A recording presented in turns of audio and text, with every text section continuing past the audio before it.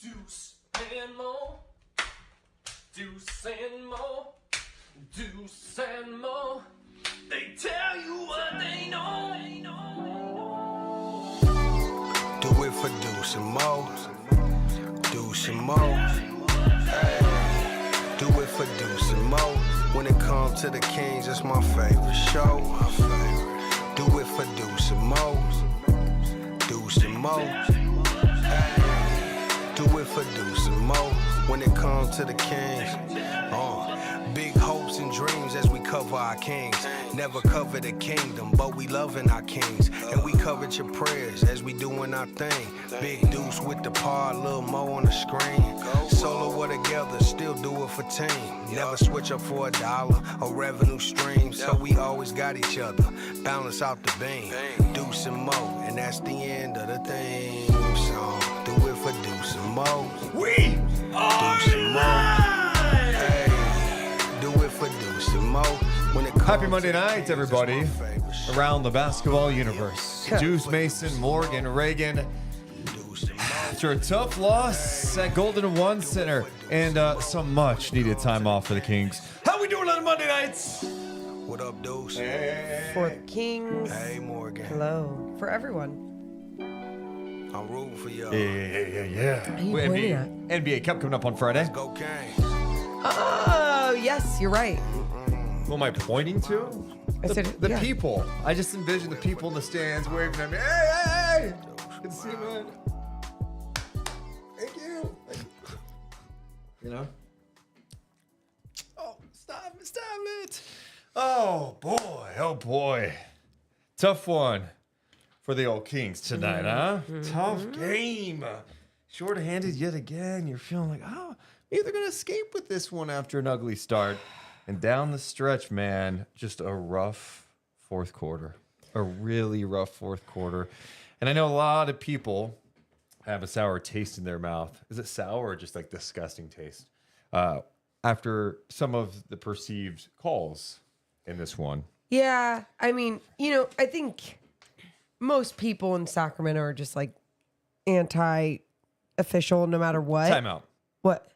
That's funny, timeout, when you're talking about the refs. Yeah. Sacramento, everyone hates officials. And I was going to say, they have good reason in Sacramento to be triggered, to be traumatized, all the different things. So then that's what sucks. Like, there's games where I'm like, it's whatever. These people are human. They're going to miss calls. But it was one of those games where it's like, it's in your fucking face. It's blatant. It's getting mugged. What are you doing? So it had those more frustrating moments, which is why the sour taste I can understand. But it's not the reason why the Kings lost. Is it sour taste in your mouth or like poopy taste? Because like sour is not a bad thing. I like a little sour in my mouth. No, right? but think about it. When it's a sour taste, you're like a lemon head. You're like, yeah, but you're also like, it's kind of good. That's a sour taste. No. Think about a warhead. Ooh. A warhead. Still, in a minute, you're like, oh, it hurts. And then you're like, so the sour part. It's a more, sour taste. It's poop taste. It's like, oh. So again, you wake up sometimes, eat you're like, poop. Like, how do you know what poop tastes like? Did Carlin poop in my mouth? What? That's so. And no, one, that's weird. But also, like, why would you know what Carlin's poop even tastes like to make that You face? can tell how something tastes by its smell. So again, name me something that smells awful that you eat and you're like, that is just delicious. That is just cauliflower. It's not delicious. Like, people could say you like cauliflower. Brussels sprouts. Brussels sprouts taste like shit. They don't really taste good. And the only way they're good is if, hey, I do a difference. It's with balsamic vinegar. It's like, yeah, you have to marinate it for 36 years in balsamic vinegar, and all of a sudden it's like, yeah, it doesn't taste that bad. That's not true. I could true. I could think of other things that smell bad. I'm telling you, what smells awful, and you can go, it tastes totally different. It still tastes like the smell. That's not true. That's not, like, I'm trying to think of like something that's like, there's like black licorice doesn't have a smell, and black licorice sucks. But I know there's something else out there that's just like, yeah, it's good. Oh, that smells weird. It's cauliflower. Appreciate the love tonight, people. Thank you. Colin says Deuce's logic is tracking. Thank you. Deuce is right again. I'll take it. How? No, so he eats Carlin's poop. Okay. But you know what? There's a lot of people who like Brussels sprouts. So, a lot of people who like cauliflower. I Me. am not one of those people. I know. Okay. Oh, don't eat You your know vegetables. what? Broccoli has grown on me. Seriously? Yeah. That broccoli smells like shit. And broccoli Yeah, broccoli it can. doesn't grow. It Yeah. hasn't grown on me. I just always go, okay, like I'm eating vitamins. It's gonna fill me up. Yum. In the chat, why are you guys laughing? You should be crying. Pathetic team. Oh, fuck. I'm going to give you some breaking news at this hour. Loss is frustrating, but it's Yeah. also like, look, there are some good tonight. There are some bad tonight. And I don't know, they're missing like a combined 55 points per game from their team right now. Like 6 game and 9 nights. Like they battled, they had a shot. There's some shit they could have done better. Yeah. Is this the breaking point of the season? Nah. The reality with me is I'm going to tell you how I feel. And if I feel low, you know when I feel low. I've been Deucey God. Downer many times. Tonight's not one of those nights. I Just know. gonna be honest. I know. So we'll walk you through it. And I'm glad that it's not one of those nights because I can't say that I feel the same way. I think I feel a little lower There's no than spoilers. you. I want to know. I want to know how you're feeling. I wanna know. Wait, did I sing that right? I have no idea. What is it supposed to be?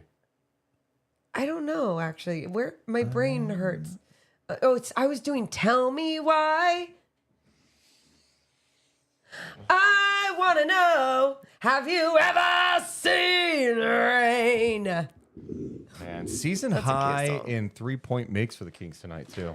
Season high in 3-point makes. You say, hey, you just make your threes. You win games. They made 20 tonight and lost. Shit. All right. Let's have some fun. If you have not done it yet, hit the thumbs up and subscribe. Also, breaking news at this hour. We have finally surpassed 18,000 subs. Yay! The chase to 20K starts tonight. The people that don't want to be happy are like, stop making me smile. Come on, be a little happy with us. All right. Just Mo coming down. 3, 2, 1. Hit my music. Deuce and Mo. Deuce and Mo. Deuce and Mo. They tell you what they know. Deuce and Mo. Deuce and Mo. Deuce and Mo. The podcast that you know. Hey, welcome into the Deuce and Mo podcast. Recording this on a Monday night. The Sacramento Kings trying to fight and claw shorthanded. With the Hawks coming to town, they flew in after losing to the Blazers yesterday. They got some reinforcements back. Dyson Daniels didn't play last time the Kings played them. He was a big factor. DeAndre Hunter did not see the floor against Sacramento last time these two teams played. He was a big factor. And they got Bogdanovic back. No Jalen Johnson. But the Kings did not have DeMar and Sabonis, DeMar DeRozan, and, of course, Malik Monk. It went down to the wire, but down the stretch, Sacramento got ice cold. They shoot just 4 of 22 in the fourth quarter, 1 of 11 from 3, and fall 109-108. De'Aaron Fox at the end of the game had a chance to go for the win, but Dyson, the Great Barrier Thief, comes in with the strip and the save. Was he out of bounds? Officials didn't think so. Time expires. Hawks win after 15 games. Kings are 8-7. They're off till Friday when they take on the Clippers in the NBA Cup. I'm Juice Mason. That's Morgan Reagan. How you doing, Mo? I'm okay. I feel a little disappointed in this loss, mostly just because home floor. I'm with you on that. I think that would be my biggest thing because I look at everything else that factors in. It's like, oh, they're missing all their guys. And then the Hawks actually added some fresh legs back into their lineup with Bogey, with Hunter. But they were also missing someone too with Jalen Johnson not playing late scratch. But I guess my overall feel to this is like, you could have won it. It was so close. You had it. And you lost it on your home floor. And so I'm just feeling a little disappointed. Well, let's go over the highs and lows of this, because the reality is, yes, the Kings are 8-7, and you lose to a team that's below 500. And now on the home floor, I believe Sacramento, as it stands tonight, it's not ideal. They're 4-4 on the home floor. Boo. Yeah. When you see again tonight that the Kings don't have DeMar and they don't have Sabonis, of course, don't know Malik Monk, you're thinking, okay, can De'Aaron be a hero again? Can other guys step up? The Kings did get a good night from De'Aaron Fox, but also Dyson Daniels was a major problem as we predicted he would be. Bullshit. And that was, I think, one key to this game. Dyson Daniels is ridiculous. Coming in now tonight, after tonight, he leads the NBA with 7 deflections per game, over 3 steals per game, okay? But here's a number that's staggering for you guys to realize tonight. Looking at the number of total deflections, okay? Dyson Daniels is number 1. De'Aaron Fox is number 2, okay? Dyson Daniels, I'm going to give you De'Aaron's number first. De'Aaron Fox in second place in total deflections with 57.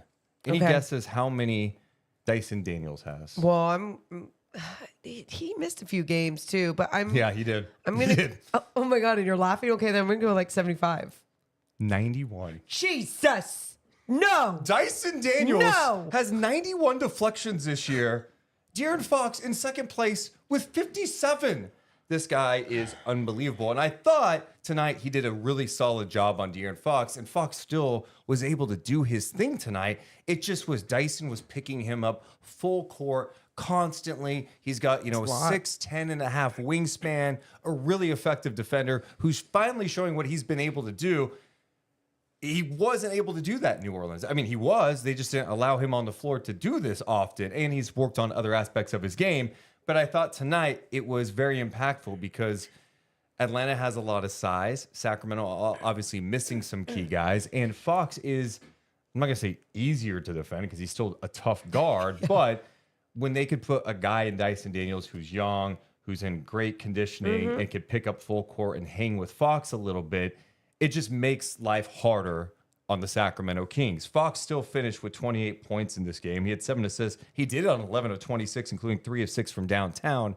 What jumped out to you about Fox's game and how Dyson made it a little more challenging? Well, it's like you said, Dyson had one job, and that wasn't to focus on anything else but De'Aaron Fox when he was on the floor, because there weren't as many, established contributors on the Sacramento Kings roster, right? Like, I'm trying to think of how to, because they're still good players on this team. That's but fair. at the same time, like, you shut down the head of the snake, that's where it's all going to begin. And Dyson Daniels did a fantastic job on De'Aaron Fox, and De'Aaron Fox still being able to score 28 points, to still get into the paint, to get mugged at times in the paint. He got mugged a lot tonight. And way too much. I'll get to that in a second. But what I really just want to say about De'Aaron, I just was still so impressed with his game because we have seen how challenging length can be for him over the years. And I think this year is the first year where I'm like, okay, it's starting to become not as big of a problem. You look at the Minnesota game at McDaniels. You go to this matchup against Dyson Daniels, who was still beastly at times on him. And De'Aaron was still able to have a big game. Yeah, and they threw different stuff at him. They really tried to collapse on him big time. And I thought they did a pretty good job at kicking out. I mean, the Kings did make a season high in threes. 20 of 46 from downtown. You lose by 1. But yeah, I mean, when you've got Dyson on him, you got like DeAndre Hunter helping, or Capella, who I thought Capella had a big impact in this game because of the size. And he's already a problem for Sacramento because of the size. But when you're faced with a situation like Mike Brown is, like, they're not going to keep Alex Len out there for the whole game. They put Trey Lyles at 5. The Kings had some small-ass lineups tonight and managed to out-rebound the Hawks, which was really an impressive feat. They out-rebounded them 45-37. And the cool thing about it is no guy had more. Okay, well, Trey Lyles ended up getting to 10. For a while, it was tracking less than that. But, I mean, you're looking at Keon Ellis had 6. You had Fox and Herter with 5. Keegan had 7 in 22 minutes. Alex Len had 3 in 17. So it just seemed like it was just like a gang rebounding mentality that allowed Sacramento to be in this game. But yeah, I just thought that was problematic tonight for Sacramento. Yeah.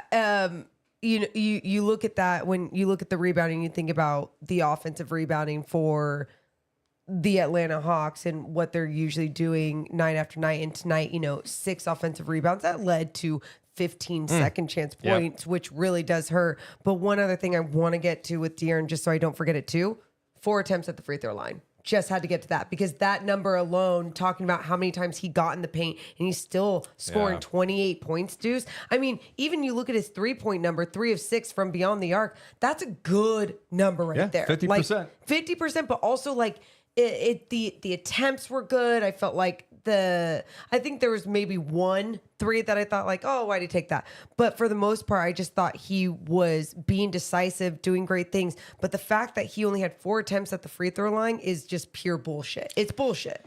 Yeah, it was. And Mike Brown was asked about it after the game, and he was trying to say it in a calm manner, which I admire, but it was funny because he's like, yeah, I don't know. Trae Young does such a great job at being able to get to the free throw line, and I don't know if Fox has to kind of like Trae Young sells it with putting his head back. Does Fox need to do that? I don't know. But yeah, I thought there were many times tonight. I mean, I witnessed it where I'm like, okay, they're tugging on Fox's jersey. They are bumping him. He's not getting calls. And then I felt like late in this game, Fox did a couple of times look like he was trying to get the calls. Sure. As opposed to just, finish the shot. Yeah, and I get he's being aggressive and he gets pissed off sometimes. And he got a technical tonight because he threw the ball toward the ref after a call after an illegal screen. And they call it delay a game on him. He's pissed off about that. But yeah, I mean, I thought Fox's night overall was really strong, all things considered. I mean, you look at some of the calls at the end of the game. There was that one with like 3 minutes to play that ended up being kind of a crucial one where he gets tangled up with DeAndre Hunter. Watching the replay back, it looks like Hunter kind of yanks his arm and kind of pulls him down, releases at the last second. Official does not call it. De'Aaron's pissed, yelling at the official. Then Hunter gets back. Gets a trailing 3 ball, which was a big moment in the game. It was. It totally was. And De'Aaron was on the ground long enough where he's just like, okay, can you guys figure it out? And then he ended up getting teed up on that play, which I thought was... No, he didn't get teed up on that play. Oh, he got teed up on... Oh, you're right. He You're did. Right. That's why when you said the... Yeah. That was my bad. He got a delay game. That was not a tee. My bad. Oh, my God. Turnover on Deuce. It's fine. Kings had 17 turnovers tonight. I can get one. Yes, he got a technical on that play. When he got that technical on that play, I was so... And so that's a 4-point swing. It's a 4-point swing, but also the official was waiting to call the technical on De'Aaron as well. I don't think it was like they hit the 3 and then he was calling the technical. He was allowing the play to go, which they want the officials to do. So he allowed the play to go, and then he was like, F you, you said whatever you said. I'm glad De'Aaron said whatever he said. I wish he did get back on that possession. But I also, one other thing, wish Mike Brown got a technical for him throughout this night. The chat is cracking me up today. Kings Fan Zeke says, that wasn't tangled up. Hunter threw him down. I watched the replay. They initially did get tangled up. I'm just telling you what I saw. And Hunter and Fox got a little tangled up. And then I saw Hunter hook his arm, hook Fox's arm, and bring him to the ground. So you're right, but there was an initial tangle up there. And then it was the hook and bring him down. That's what I saw. Don't you dare. And the final play of the game, the Kings get a stop. It's 109-108. Fox is pushing. The Kings elect not to use a timeout. They're in transition. They're feeling pretty good. Fox drives. Dyson Daniels is there. There's some help too. And Dyson Daniels strips De'Aaron Fox. And there's been so much conversation about that final play. Fox thought he got hit on the hand. I mean, if you look at the screenshot here, his hand is definitely there. Yeah. But according to the NBA rules, this rule, that's a clean play. I mean, now this is one screenshot too. This is someone put on social media. So how much of his hand is on the ball? It's a blurry picture. I don't know what to tell you. But if you go by NBA rules, the hand is considered part of the ball when it is in contact with the ball. Therefore, contact on that part of the hand by a defender while it is in contact with the ball is not illegal. Okay, so that's the NBA rule. The next thing, Dyson Daniels on the play, a lot of people thought when he went to save the ball, his heel stepped out of bounds, and the Kings should have had the ball with like 9/10 of a second left. One more opportunity. The official was staring right at it, Aaron Smith looking directly at it on the replay. But they don't call it out of bounds, right? So the game is over. And everyone's like, why can't the officials go look at it? Why didn't the Kings challenge it? Well, the NBA adopted a rule in the 21-22 season that said that officials cannot go review out-of-bounds plays in the final 2 minutes of regulation. Yes. The only way a play like that could be reviewed is by coach's challenge. But it would have had to have been called out of bounds. Like, that's the only way. You can't challenge a no call. There was no call there, so you can't challenge it. So it's one of those unfortunate things that you wish there is some like gray area for the officials to at least like look at it.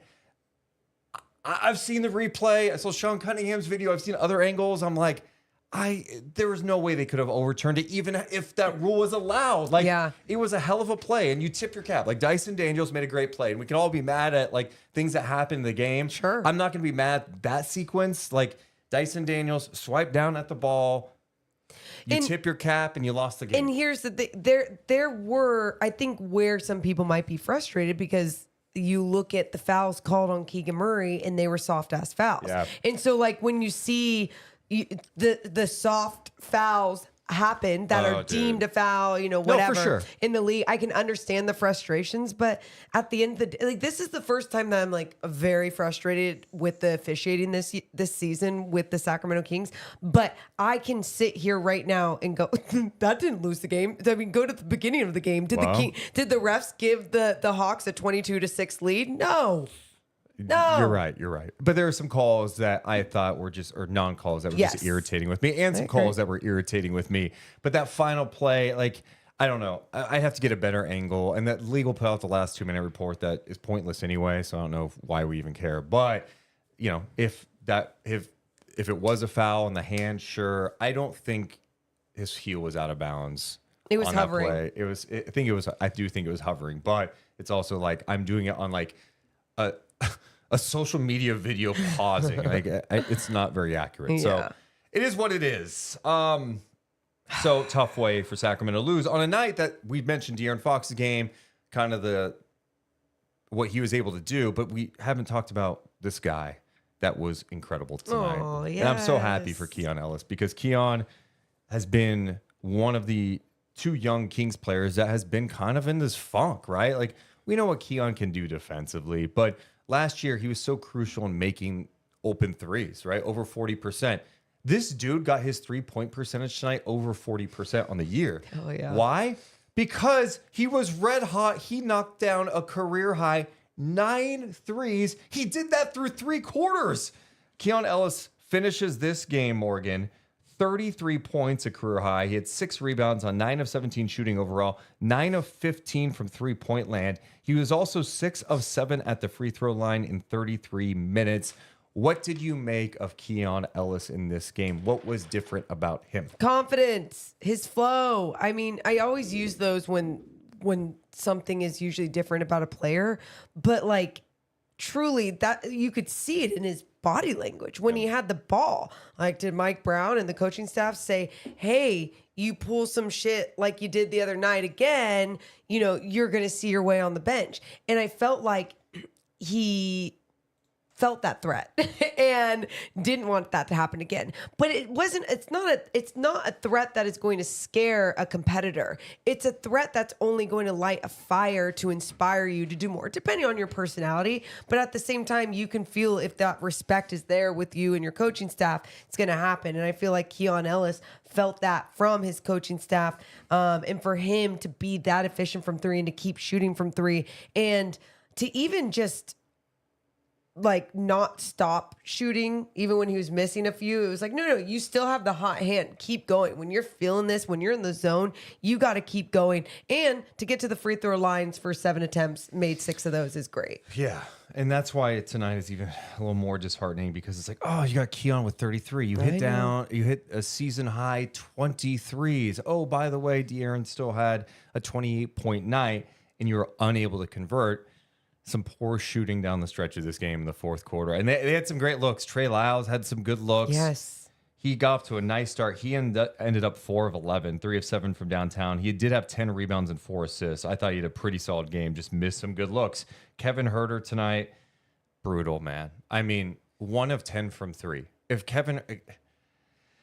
Yeah, I mean, I don't even know what to say. His shooting has been...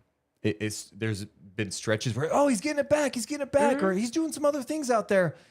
Tonight, 1 of 10 from 3 is a killer. It is. It sucks. He got good looks. 1 of 10? Well, that's what I don't get, because he did get good looks. And I'm like, what's happening?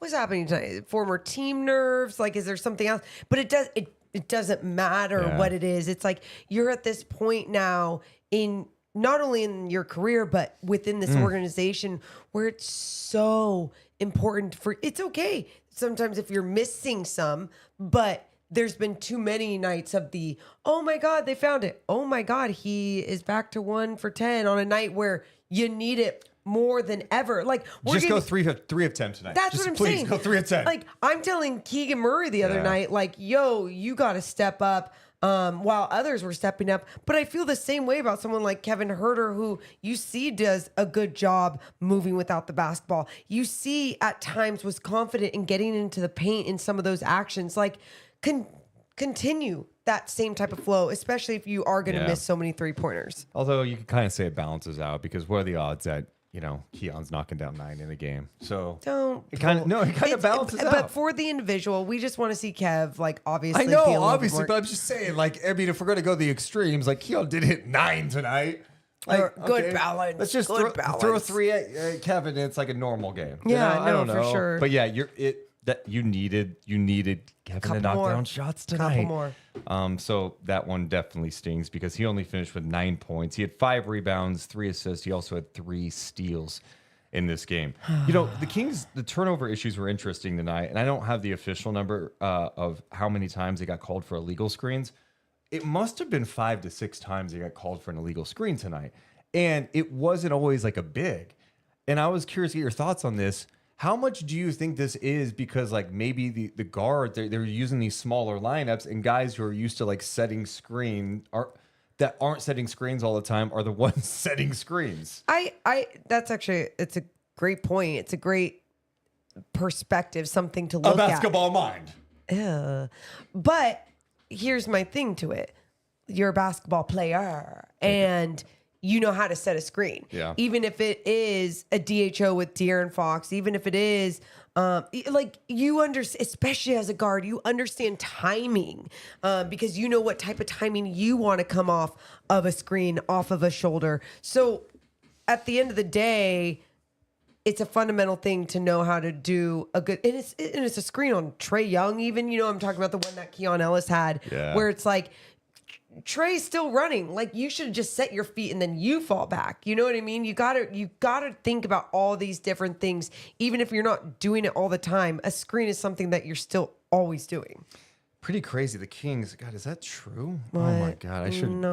I gotta pull it up though. I gotta pull it up because I have their fourth quarter numbers, which aren't good. They only scored 15 points in the fourth quarter. Jeez. I mentioned the 4 of 22 in the quarter and 1 of 11 from downtown. I just want to look at their overall second half numbers. So second half for Sacramento,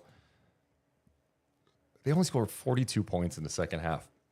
What's crazy is the Hawks scored 45, so it's not like they were blistering. Sacramento in the second half, 33%, 27% from 3, 7 turnovers. So that's tough. Fox in the second half, 6 of 14. Kevin Huerter, 0 of 6, 0 of 5 from downtown in the second half. Man. Keon Ellis was 0 for 3 from downtown in the fourth quarter. So, yeah, the shooting just killed you. Tonight, obviously, you're down some major cogs, right? Without DeMar, without Malik, and without Sabonis tonight. The next guy they were kind of without tonight was Keegan Murray. Keegan Murray was coming off a game that we were both talking about, like, man, we need to see him be more aggressive. He can't have a game where, he takes 6 shots. He took his first shot in the second quarter in the game against Utah the other night. Tonight, he fouls out in just under 23 minutes, finishes with 7 points, 7 rebounds. He had 2 steals, 4 turnovers on 3 of 9 shooting. Is 1 of 3 from downtown. What? Go ahead. No, where were you going to go with it? Well, it was just one of those nights that was super frustrating. I felt for him because he missed some shots early. Mm-hmm. He had one where he was driving and the Hawks, I think it was DeAndre Hunter on a rear contest, blocked him from behind. He had a couple of nice drives too. Had one on David Roddy where it's boom, went in there. I think he posted up a smaller guy at one point, might have been Garrison Matthews, and scored. So there were like those signs that I liked. I thought his defense on Trae Young in this game took away his vision. Fantastic. Well, as much as he could, even though Trae ended up dropping 19. But that wasn't all. That's what I was going to say. They were trying to force others to beat him. And Trae Young had 7 points on 1 of 7 shooting. As Morgan mentioned, 19 assists for Trae. He had 5 turnovers. But Wild. Keegan did a hell of a job defending Trae Young when he was in there. The problem was Keegan picked up some tough fouls. I thought the last 2 were just awful. They were bullshit. I mean, there was a one where he went to break up a lob to Capella that he blocked the shot. And the official, I'm sorry, like this is minor contact. He might have got him a little bit in the chest with his off arm. It did not impact the play. And I'm like, that's a foul. We're calling that tonight. And then the last one, which was a loose ball foul, which was a complete flop and a half. And you're just like, and it wasn't even like the guy, who was it on? I forget who it was on, but the Hawks player didn't even fully flop. Like it was like the official and just he fouled out on that. That was the most. He wanted to call the foul. It no was matter what. probably the most irritated I've ever seen Keegan Murray during a game. Like he got pissed at the last 2 calls, but as he should. He was only able to score 7 points in this game on 3 of 9 shooting. I don't think there is a player on the Kings who needs the next few days off more than Keegan Murray mentally. Yep. He had one play where I think Keon went to throw him the ball and he totally mishandled it out of bounds. Yeah. It was just like, dude, like he needs some rest and take these days. And get some that treatment mind right, and get the mind body right because he's still found a way to impact the game defensively. But the Kings do need him to do more than this. Like 7 points when you're missing DeMar and Monk and Sabonis. You need this guy to be taking a ton more shots. There was a few times where I thought some of the actions being run, like Keegan's in the corner, because they're not running all the way through it. But I think, too, that's because they don't have some of their main guys out there. Well, you're playing with lineups that just haven't played a ton.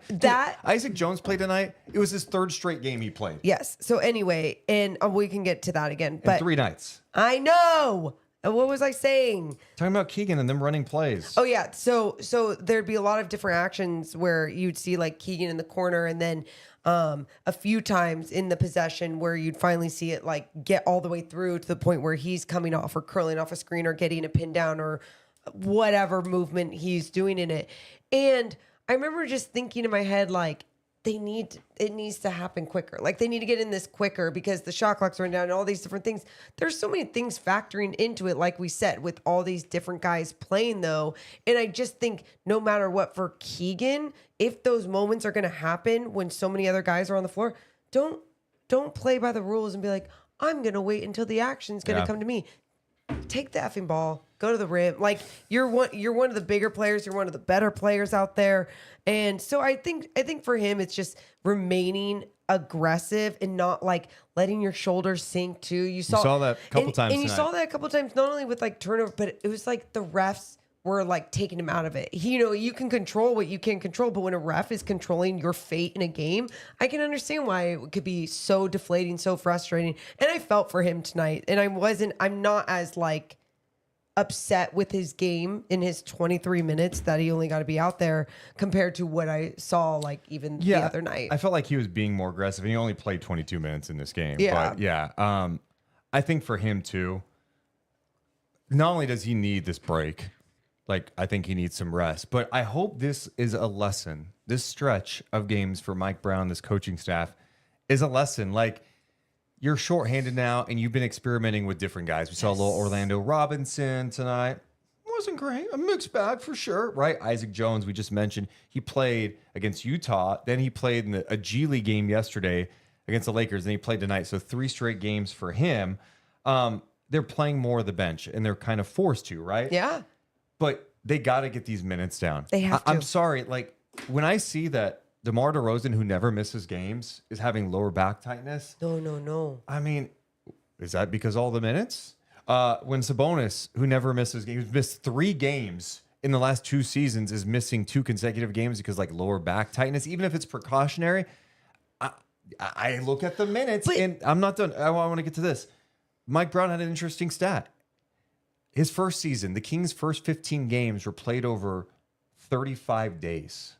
The first 15 games were played over 35 days. Year 2, the first 15 games were played over 32 days. This year, the first 15 games were played over 26 days. Jeez. So it's condensed. And so, okay, great stat. Complain about the schedule, whatever, but you're playing your guys a ton of minutes. And that just brings me back to the fact, all right, so you've got DeRozan and Sabonis down with back things. Yeah. Keegan has played the second most minutes in the NBA, and an advanced stat that came out, he's ran the most miles in the NBA, over 41 Amazing. miles this season coming into tonight. No big deal. So like, and he's being asked to do a shit ton out there defensively, and so anyway, my whole point is it's not just about Keegan; it's about the entire team. Is like I said this early with Morgan. We both were talking about this early in the season. Is if you keep playing these guys this many minutes, you're gonna run them into the ground. When the Kings are not knocking down shots, it's hard for me to not think like, oh, is it because certain guys are tired? So my whole point is you've been able to experiment with different lineups, different rotations because of the injuries. You need to start finding ways to implement these guys and get DeRozan's minutes down, Sabonis' minutes down, Fox's minutes down, Keegan's minutes down. And it's such a great stat because you do the stats, the games in those days that you mentioned in the first couple of years, whatever, because you think about, well, DeMar played the most minutes in the NBA last year, or second most, same with Domas, whatever. But when it's condensed like that, it has to be evaluated how you go about it. But then on top of that, I thought you asked Mike Brown an interesting question in the pregame presser about practice or whatever. And he's like, we haven't had like contact practice. Our latest contact practice was probably October. And so it's not like he's just throwing in a whole bunch of practices and in that's between. what I asked, because I asked that for a reason, because Mike Brown he loves practice. Anytime there's an opportunity to practice, he wants to practice. And you've heard guys and players mention in the past, like, hopefully on practice. Day off. So I was their curious, favorite. based on their schedule and the amount of minutes played, are these guys still going hard? And he said they have not done a full contact practice since like toward the end of training camp. They just haven't had the time either. Yeah. But so I don't know. I just think going forward, managing this a little better is imperative. It's imperative though. It's imperative to everything. So to so many different things. It will benefit the players building a little bit of chemistry and NBA experience minutes, especially if they're needed, especially if health was a problem once again, a challenge once again, ever throughout the year. It will benefit the coaching staff to understand what they have within their depth and within their roster and see if they really feel like they could go forward with this, or if they're like, yo, we really need to make some tweaks soon. I mean, I think it's so important to do this kind of stuff in the beginning of the season. Now, it's not important to me to have like 7 back-to-backs in the first 26 effing days for all of us. Like, I'm going insane with this. No, and I get that, but I guess that just brings me back to the point. The schedule is what it is. Like, everyone has tough schedules, and like, I don't think the Kings are alone in this. And even if a team hasn't had it yet, they may have it in the future. My point being is, when these happen, you have to look ahead and be like, okay, I know we really want this win, but it is, November. Great example of this. Steve Kerr's been criticized in the past, even last year, like, dude, he will not play Steph more than 33 minutes. And he's like, I'm trying to think big picture here. And I think you do have to think big picture. And now with guys banged up, in the next few days off, hopefully the thought, and I think they actually have Tuesday off as a team too. I think they're taking that day off. They need to heal up. They need to feel good, not only like physically, but mentally. Like, this has been a grueling stretch. These guys have struggled shooting at times. There's been a lot of games, a lot of minutes played. Get ready and be ready for Friday's game at the Intuit Dome. NBA Cup game.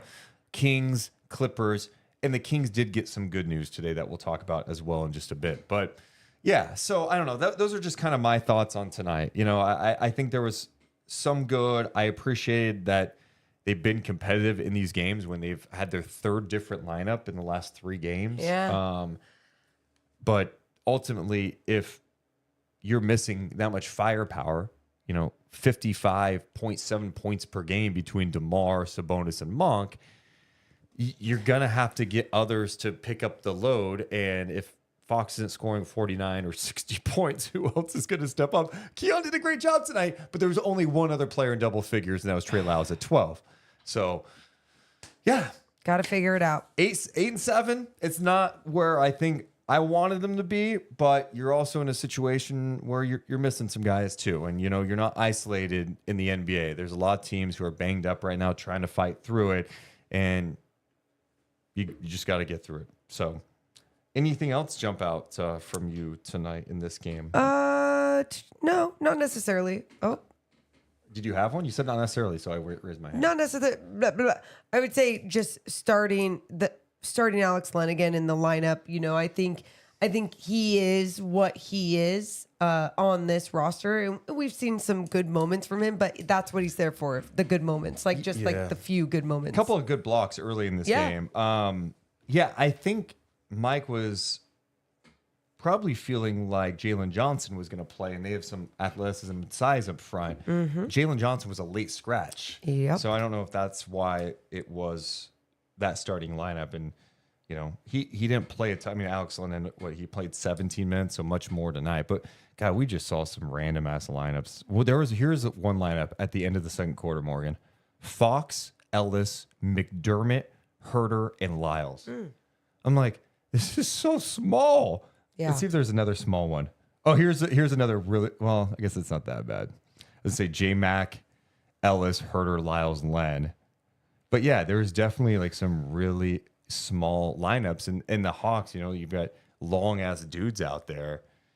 Yeah, it was tough. The one guy I wanted to bring up on there, and besides Dyson Daniels, who we gave love to, that guy is good, man. Who's the other? Can I stick on Dyson for a second? We've already, sure, let's just... No, I just want to talk about why are you being grumpy tonight? I'm not... Am I grumpy? Maybe I have an additional point. I wasn't going back to what he did. Oh, How about okay. you just let me cook for a second? The way you said it, I was like... Let me run a play. Trust that I run the right play. Guess what I did? I didn't take the ball away. I gave you a look You gave me the ball back, but you went like this. You went like this. Yeah. Take it. Take it. So you better score. I mean, DeJounte Murray is a talented player. There's no doubt about it. It was clearly not the right move for the Hawks to trade for him when they did. They thought they were closer than they were. They thought the fit of Murray and Young would be good. It wasn't. It was kind of like, oh, when Trey's out, like DeJounte does his thing. It was just weird, right? Sure. Getting Dyson Daniels on this team is so perfect. What a pickup for them. If you're trying to all right, we didn't do great in acquiring Murray, but for us to pivot and get a young player like Dyson Daniels who works hard, who can have the energy to stick with the fastest guy in the NBA, who's been on an absolute heater. Impressive. And he's doing it every single night. Like, those deflection numbers are absurd, right? Absurd. But you look at his entire stat line and you're just like, God. Knocked down a couple of threes, 8 rebounds. That's what I'm saying. 4 assists. 4 blocks. Only 3 fouls. I mean, probably more like 5, but kidding. But no, hats off to him. And I say that just as a, take your hats off. I just say that as a basketball fan. And I think I say that too because we've called some of his games in the G League, and when you see someone's game, especially from that level, end up translating and finding a role, but then even doing more than just a role in the NBA, it's really cool to see. It just sucks when he's playing like this against the team you root for. And on the season, the biggest question for him is, can he shoot threes? He's shooting 27% from 3, but I think he's improved his game. And he was with 2 of 5 from downtown. 2 of 5 from downtown for him in this game. So I don't know. I just think he's grown a lot now. He's getting a good opportunity, and it's cool to see a guy like that thrive a little bit. But the guy I was going to bring up was DeAndre Hunter. Oh yeah. Was this guy trying to audition for the Kings? He's been a name that has been brought up before for Sacramento. Good size, gets banged up. Some people go, see, he disappears sometimes. Watching him, I'm like, dude, would he not be the perfect player? I know what he makes. He makes 21 this year, 23 next year, 24. That would be very challenging to maneuver. Blah blah blah. But I'm like, God. I love that your mind just even goes all the way there. He had 24 points. He was 4 of 8 from downtown, 9 of 15 shooting in 24 minutes. But that's great. Yeah. But how do you make that happen? All the different things, blah, blah. Sure, but he's been a guy that's the Hawks have talked about in trade rumors forever. And I still maintain, going back to Keegan for a second, that people. There's a lot of people low on Keegan right now in the fan base because the offensive numbers, right? And I don't think people pay attention to the other stuff enough. That's just me. But you want to help this guy. It's not just a minute. It's like he is the wing on the team. And you think if you had someone like DeAndre Hunter, just someone else who could defend and knock down a shot with some Comes more off the size, bench. like what does that do for Keegan? Does that allow him to be a little more fresh? So, he's not playing. Like, think about this last 4-game stretch for Keegan Murray. He's defended Devin Booker, Julius Randle, and Anthony Edwards. Yeah. Lauri Markkanen. Tonight, Trae Young. Name me another player in the league that has the versatility to Pretty do impressive. that. Dyson Daniels. No, I'm kidding. He doesn't. Dyson Daniels cannot No, guard Markkanen. you're right. He's not big. No. He's just not big enough. Yeah. And that's not a slight. I don't No, think he no, could do that. I know. I So- was just naming a good defender. It's just like there's not many guys in the league who can do that. Yeah, that's fair. So can we change this so he's not the wing on the team? That there's someone else who could, I don't know, come in and play 10 minutes and be respectful, or guys that you could play with him. Those are the things I think about with Keegan Murray. I'm still bullish on him. I still feel like it's going to turn around, but I think we're at to the point now where the coaching staff has to help him for sure. But so does the front office, and getting another wing, someone who could defend on this team, so it's not all up to Keegan Murray. That's my thought. Yeah, I mean, I think. And DeAndre Hunter looked pretty good. Okay. Looked pretty good. Not even going to say anything. You're not going to say anything. We've got more of the show coming up. I did want to take a look at one thing before we go to break. Yeah, what did you want to look at? Someone's eager to just like be done, aren't you? Till Not Friday. at all. I just literally, you're just like on one, and so like you go, and then I started saying something, and then you just like kept rattling on. So I was like, okay. What were you gonna say? It was like conversation. You're like talking at us. I think I'm speaking for all of it. You're talking at us, and you're.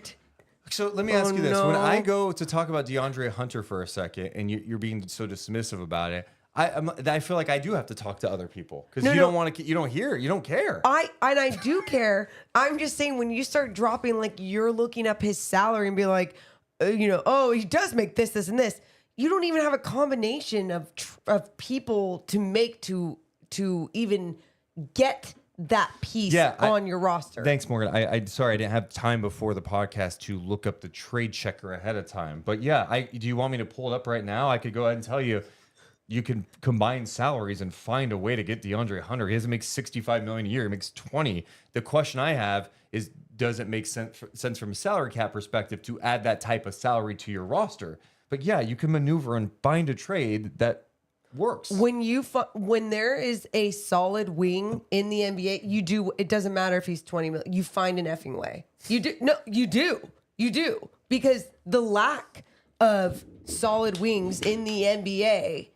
And then to have one that actually would be positioned in a role to come off the bench and like not be like, no, but I'm a starter over Keegan. Yeah. Like, and that's what they would say. Like, yeah, you do whichever the shit you can do. So but Morgan is on board. I mean, obviously, I think it's like no shit. Appreciate everyone hanging out with us in the chat. Make sure to hit the thumbs up and subscribe. We do have a super chat to get to. We've got a couple. Oleg donates $5 saying tough loss tonight. I'll keep my comments to myself. Okay. Kevin Durant donates $2, and because it's such a lame message, I'm going to take his $2. I'm going to light it on fire. Kevin Durant. Yeah. Jay in the chat says, hey, Deuce and Mo, can you guys please ask Monk why he isn't wearing Kobe's anymore? Could you guys confirm if he has a new endorsement deal? P.S. Let him know Kobe's are better for his ankles. Yeah, he did. I don't know the official. I think he is wearing a different brand of shoes now. Okay. And I don't know. I'm not a shoe guy. I think it might be Peak. They're these green ones. Let's see here. Yeah, I don't know. I'm not a shoe guy. They're different. I'm not he's a not wearing shoe Kobe's guy. anymore. Deuce is all about the Sabrina Ionescu's, so. Great. Dude, that's a great See? shoe, dude. Told you. Great shoe. He's not a shoe guy, but if he was.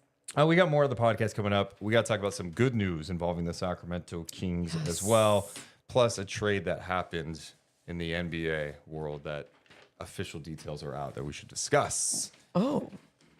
Tonight's podcast presented by friends over at Mother in Sacramento. Morgan, 2319 K Street. Why should people go to Mother to go out and eat? It's some of the best food in Sacramento. It's obviously won many awards. And on top of that, they have a huge deal throughout November. And so many of our listeners are doing it. And I love it. You head into Mother, you bring in a photo of your grandmother or mother. And I'm talking about on the phone. Some people have brought it just tattoo form.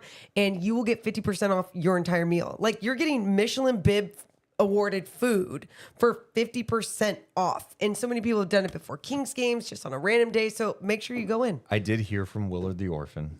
Oh. And not to state the obvious here, but he doesn't have a picture of a mom or a grandma. What does he do? Lies. Okay.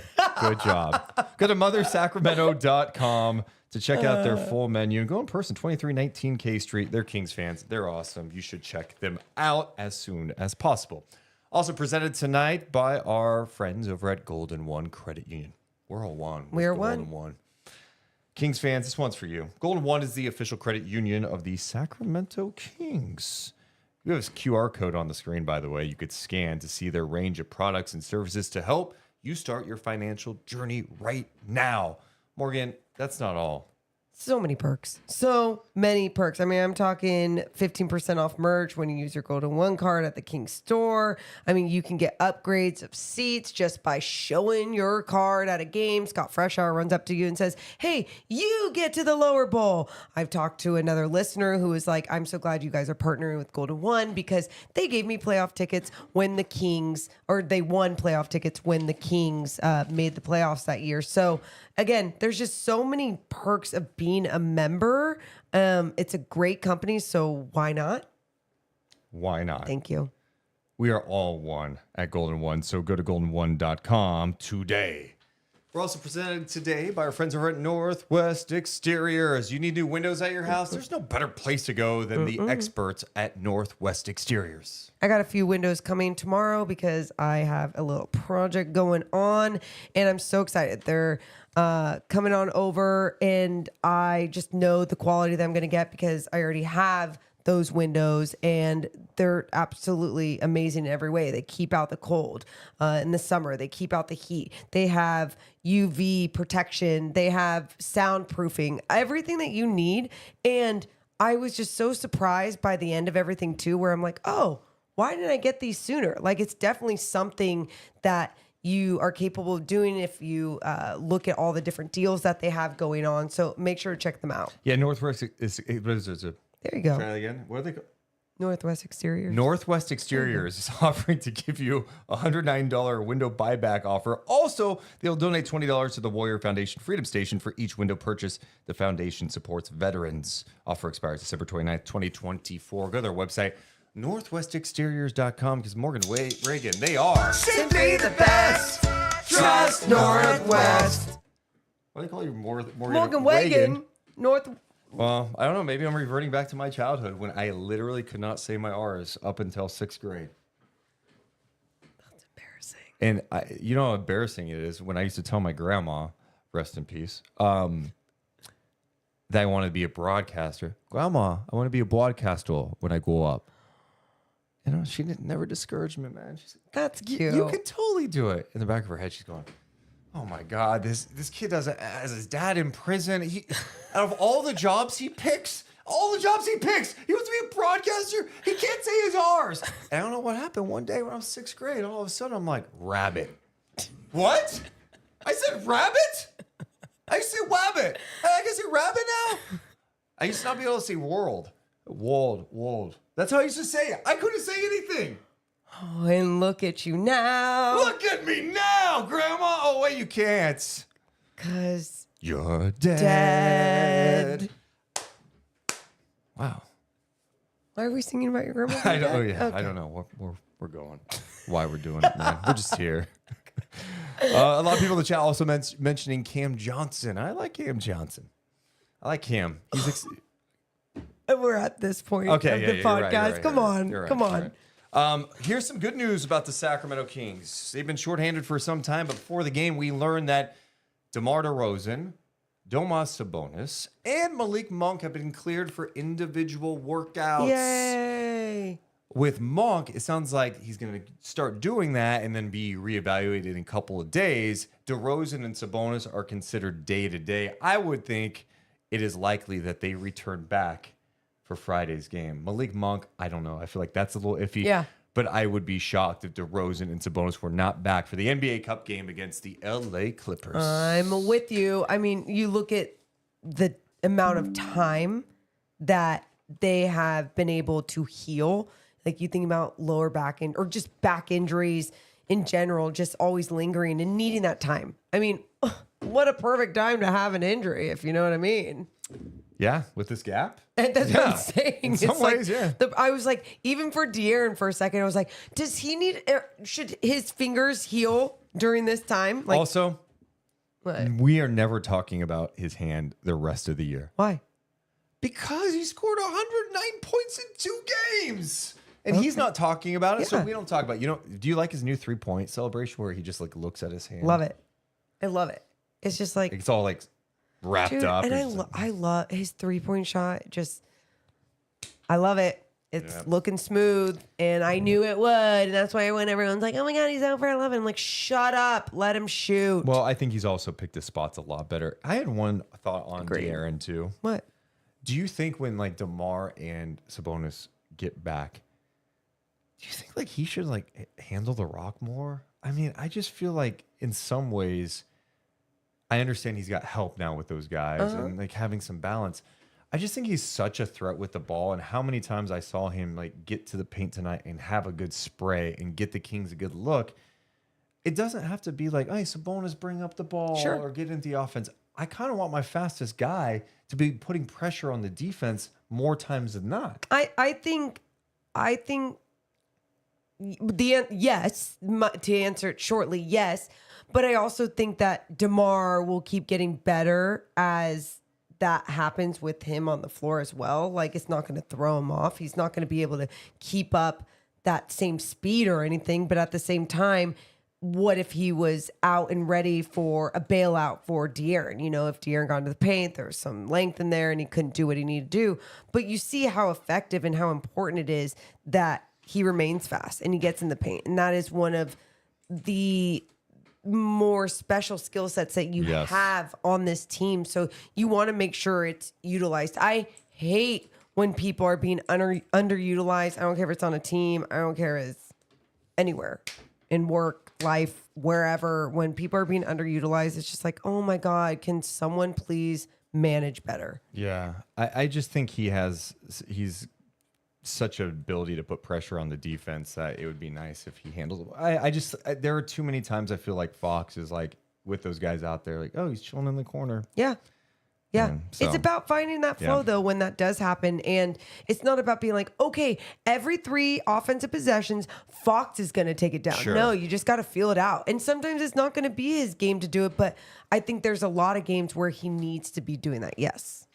Well, next up for the Sacramento Kings, hopefully some reinforcements, and they play Friday. Not until Friday when they take on the LA Clippers, a Clippers team that is now, let me double check their record to see if ESPN has actually updated it, because the NBA site's kind of iffy sometimes. LA is now 8-7 on the season. They have the same record as the Sacramento Kings. Okay. They won tonight against the Golden State Warriors, 102-99. The Warriors are now 10-3. Norm Powell led all scores with 23 points for the Clippers. James Harden only had 12, but he had 16 assists. Amir Coffey with 15. We've seen the Clippers. They're tough. Yeah. It's a tough game for Sacramento. Now they have to play them in an NBA Cup game. The Kings have to win if they want to have any remote chance of getting to the knockout portion of the NBA Cup schedule. That game's going to be at Intuit Dome. I wonder what the vibes are going to be like there with the wall. The wall. Yeah, I really want to see the Kings win this game. I think they... Yeah. Well, obviously. No, but I get what It's just, you're a saying. team that they've lost to already. That team that I think is pretty solid. They're a really good defensive team. The Kings had their chances against the Clippers. God, it'd be nice if they could rest up and get this game. But I also think the Clippers are just a really tough matchup. They are. And you look, how'd Powell do tonight? He had 23 points. He did. Okay, yeah. So, you just think about what he did against the Kings also last time. What he's been doing all season long, though, he's been killing against it. every team. Yep. And I think with rested legs, the Kings should be able to not have any excuses. Only if the Clippers beat them. My point is the Kings can't beat themselves in a game like this, in an away game in LA. Don't let any of that crap get to you. Just control what you can control. Make sure your effort is there. Everything that you're doing defensively is there. Don't have too many breakdowns. Gang rebound Zubats, who had 17 rebounds tonight. The Kings lost that game 107-98. That was the game that they shot 3 of 26 from 3. Okay. And shoot better. Just shoot better. Yeah. There's your analysis. But shoot better than you did last time. look, at some point, especially with getting these guys back, it's like, hey, you're 8-7 right now. Like, okay, you're hanging, but this is the West. And at some point, you got to start beating some good teams, right? And they haven't really beat good teams this year. Like, the Suns, record-wise, are good, but they were also extremely shorthanded. The Kings have been shorthanded, too. We're not taking that away. Yeah. But, like, what's the Kings' most impressive victory this year? Let's look down the line. The Minnesota game just eats you because they probably should have won that game. God damn it. The Utah game was impressive because they won. But I'm just saying Phoenix. They were missing The Phoenix Durant. was missing guys. I mean, it was impressive from the standpoint that first one against Phoenix was super impressive because of what DeMar and De'Aaron did in the fourth quarter in overtime. That was crazy. But, like, they don't have a sexy win at this point. I need a sexy win. And then you've got some opportunities coming up here. You got the Clippers, OKC, and then They've had some of these wins, though, like the battling through, like Miami, for example, and finding a way to get the win. the tipping. Yeah. And then Toronto, the second game around, just it felt so much better in that one. They lost that Toronto game. I know. And then that first, I know. They've had what, 3 bad, what would we say, 3 bad losses so far? I would say Spurs. Yeah, Spurs is bad. Did they have one against Portland? No, that was in preseason or something. It was Spurs. I think the Toronto one, and then there's a part of me that wants to throw tonight on there, but I'm like, you factor in everything. It's mostly because it's a home game that I'm just like disappointed, and because you had it. You had this fantastic comeback after being down 22-6 in that first quarter, and I was just like, oh, it's their game now. They have control, and then just not being able to make shots and obviously not getting the calls that you wanted. It was just, it was frustrating. We're getting more super chats. Let's see here. Here we go. Jacob donates $5. I was supposed to go to this game. I'm sick and didn't go. I've never been to a losing game. My streak continues. Well, Jacob, maybe they would have won if you were there.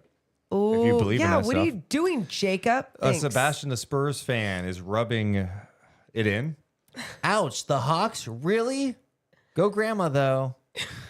Ugh. Thanks, and Sebastian. Gabriel, who has not said anything positive in any of his messages for this season, donates $2 that he just lit on fire. Let's give him a hell yeah. Give me a hell yeah. We should have like a fire sound. Like, We didn't mention this last podcast, but we learned some new details today. First of all, inside the NBA is surviving. hey, congrats. This is huge. But it's called one of the biggest trades in sports media history.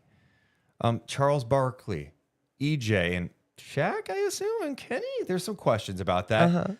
They're going to be on ESPN starting next year in the new TV rights deal in exchange for 13 Big 12 football games and 15 Big 12 basketball games. Yes, ESPN traded the rights to Big 12 football games and Big 12 basketball games to be able to license inside the NBA. It'll still be produced in Atlanta by TNT, but it will air on ESPN, and it's going to have a significant role. That means after January next year, They're going to be on a lot for all ABC games. Inside the NBA is going to be part of Christmas Day.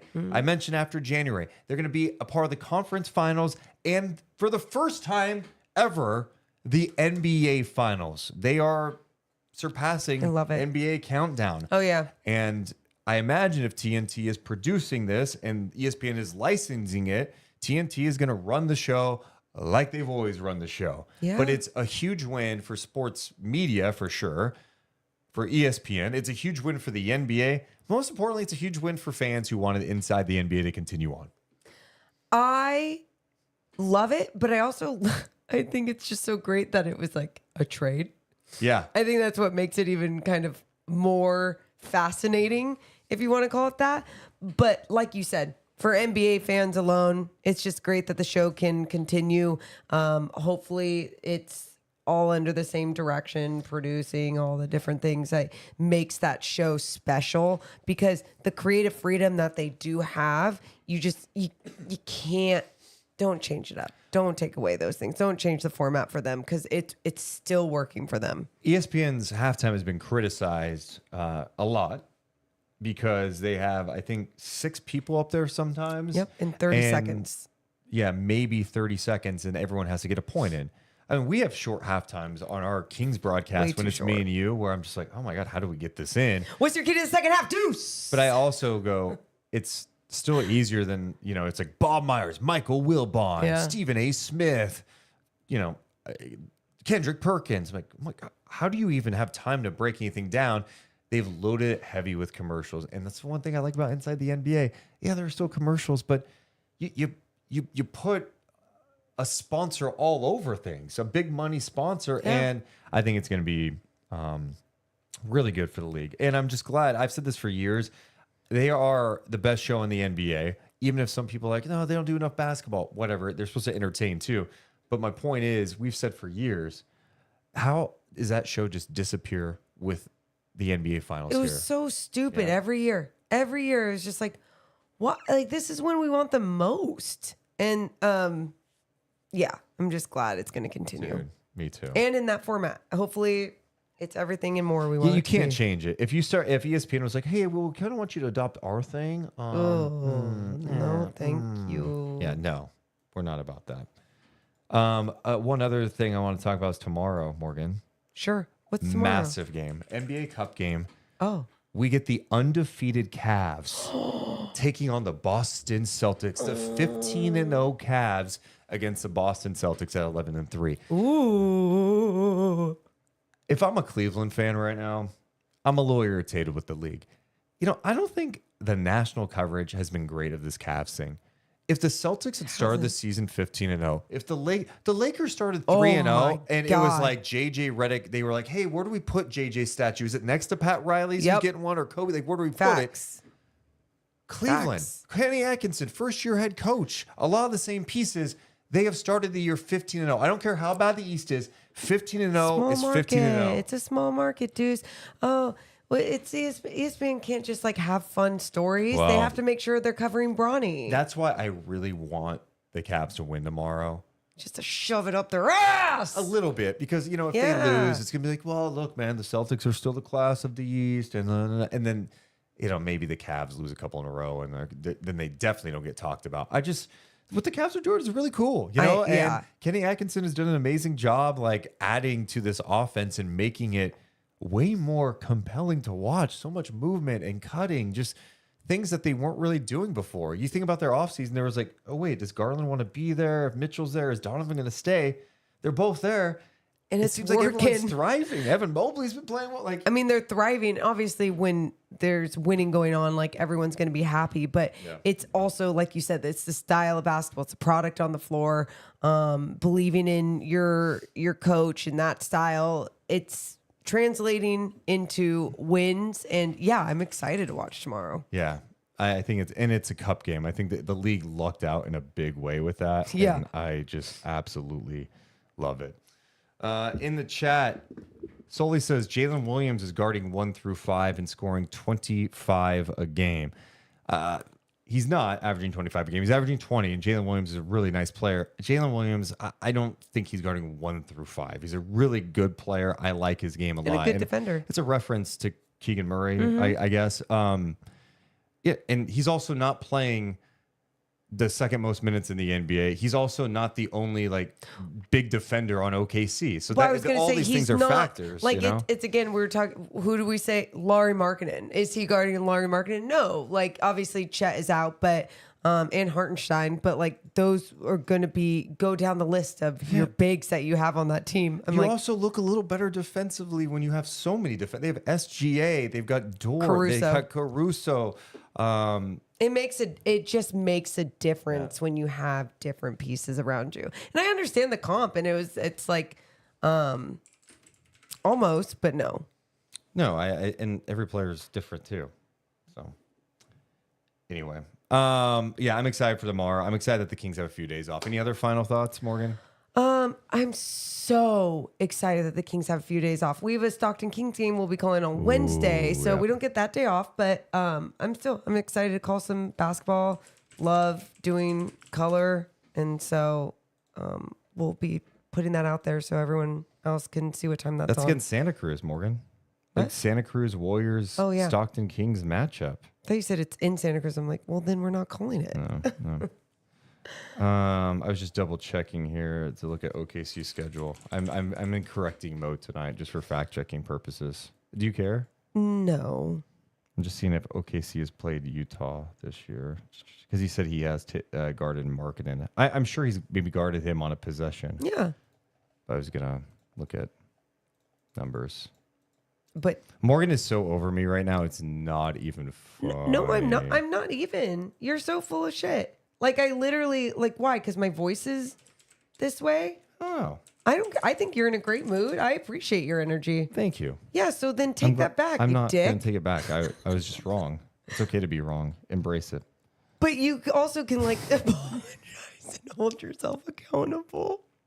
So last year, Jalen Williams, Morgan, matched up with Markkinen in 2 games for a total of 11 minutes. Markkinen was 4 of 9, 3 of 5 from downtown. He had him in cuffs. Well, no, but it's Here, you're in correction You're not mode. gonna make I me know. hate on Jalen Williams. I like Jalen Williams, but like there's other aspects of the game. I'm like, well, he's also not playing the second most minutes in the league. He's not also not the only wing defender on his team. There's a lot of different factors. So anyway. Yeah, for sure. My final thoughts. Let's get healthy, everybody. I'm talking physically and mentally. Let's lock in. Friday is a big game, NBA Cup game. I'm going to be on pre and post game with Morgan that night from San Francisco. Then we'll go live after the game to talk all about it. And hopefully the Kings can get a win and we could start thinking more about the next NBA Cup game. And, let's piece this together. Let's see if the Kings can get into a rhythm and have a good rest of November. Yeah, it's a 7:30 start that night. So right after the NBC postgame show, we'll be turning on the pod and going live. It's not going to get easier, guys. This season's going to be a grind. We're going to do it together. We love you guys so much, but we got to go. You all have a wonderful rest of your Monday night. Thanks for joining us. Bye. Deuce and Mo, Deuce and Mo, Deuce and Mo. They tell you what they know. Deuce and Mo, Deuce and Mo, Deuce and Mo. The podcast that you know.